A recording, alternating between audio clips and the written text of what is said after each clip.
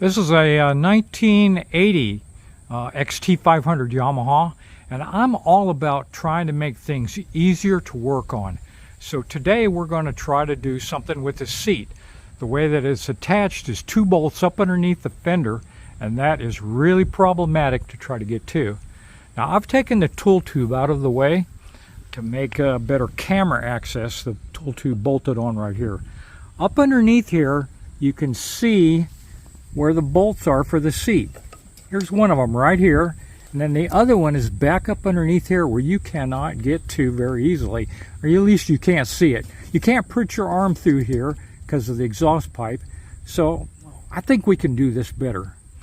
I'm Fabricator. Join me in the shop. Let's see what we can do with this. Well, this is what that area looks like with the seat off, and you can see one of the bolt holes is right here, and the other one is right back in there. And what we're going to do, we're going to use this Buckeye drill, and we're going to back drill through here to the outside of the frame.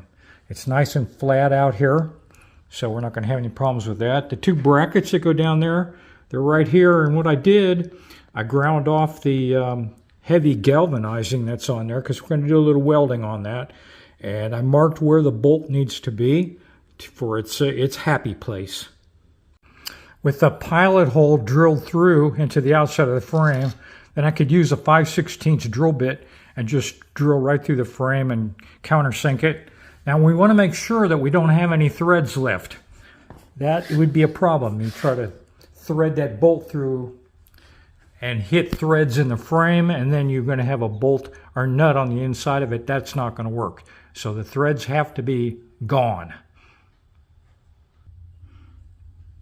Generally, I would use an aviation nut plate like this one right here for this kind of installation. But since Yamaha has provided such a big slot for adjustment, there's really no way that that thing is going to be on there unless I weld another plate on here, which really is not necessary.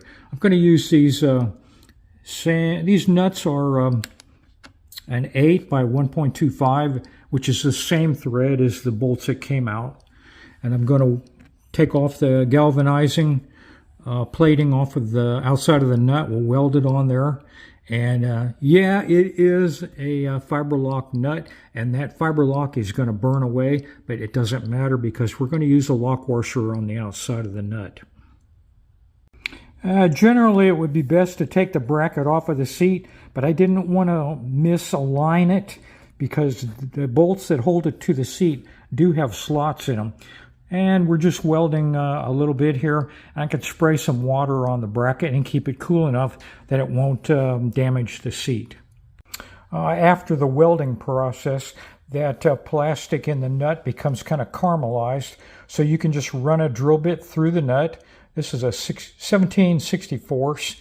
It doesn't damage the threads at all. And then I just run a 8 by 1.25 tap through it to make sure everything's clean, and it's ready. We'll probably put a little bit of silver paint on that to make it look good and keep it from rusting. Well, now it's so easy to line up the screw. It's almost insanely easy. Just tighten it up. Do that on both sides. And it is done. Much easier to get to now. I say that's a result.